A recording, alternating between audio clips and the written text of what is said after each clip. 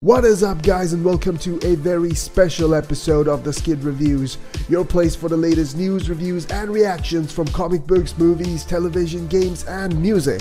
As you can see, I am all dressed up, well at least my head is. Today you are not going to be seeing much of me. Instead, I'm going to be showing you glimpses of this magical little event that's been happening in Kohima for the last 3 years. I was there this weekend and had a lot of fun. I shot some videos, compiled it together for you guys, so check it out. On June 9th and 10th, a small nook in Kohima, the quaint old DC bungalow, now christened the Heritage, stood amongst the dreary colors of the capital as one giant Jackson Pollock-esque splash of color.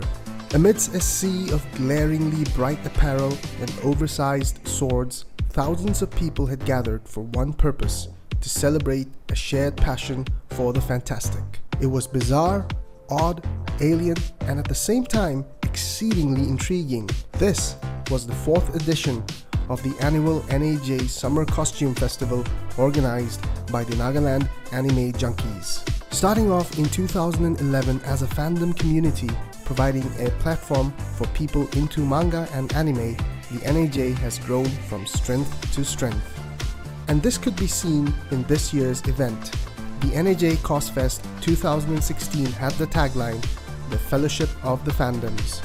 Flashing swords made of papier-mâché and stark and vibrant costumes thronged the venue, making it seem like a big fancy dress event. But it was more than that. The idea of dressing up in costumes may conjure images of homemade childhood costumes for running around the garden or awkward ensembles at school fancy dress competitions. Not so here, as participants prepared weeks and months ahead, putting in a tremendous amount of effort to create precise representations of their alter egos.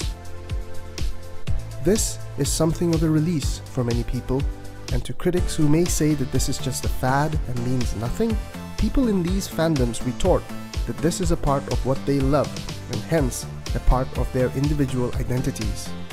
And it wasn't just the costumes. There was some really good music, loads of food, and fun games to play. There were several stalls providing an array of activities for anyone who visited the festival. There were stores where you could purchase merchandise of your favorite characters, where you could buy original music from local musicians, or get yourself a brain freeze at the ice cream eating competition. And there were also booths where you could interact with artists and see them at work firsthand and perhaps get inspired yourself. This festival was an avenue for many people to escape into a world where magic and fantasy became reality, where everyday people became heroes fighting foes while performing choreography or stuffing yourself with ramen noodles. While a strange phenomenon for those who do not understand this culture, there was a visible display of tremendous positive energy at the festival. The first NAJ Costume Festival was held in 2013, which drew considerable response. From there, it only grew bigger and is the largest event that celebrates and promotes pop culture in the region. The setting was a contrast to the scene outside, an unreal microcosm of grinning painted faces where everyday troubles were transcended by imagination and creativity. Doesn't that look fun?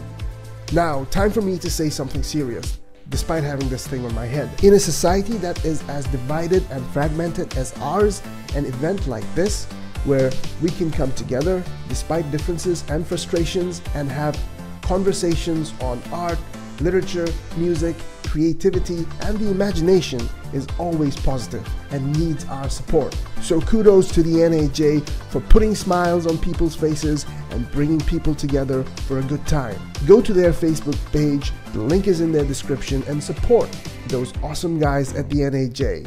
And as always, if you want to see more content, please do subscribe to this channel, and until next time, I will see ya!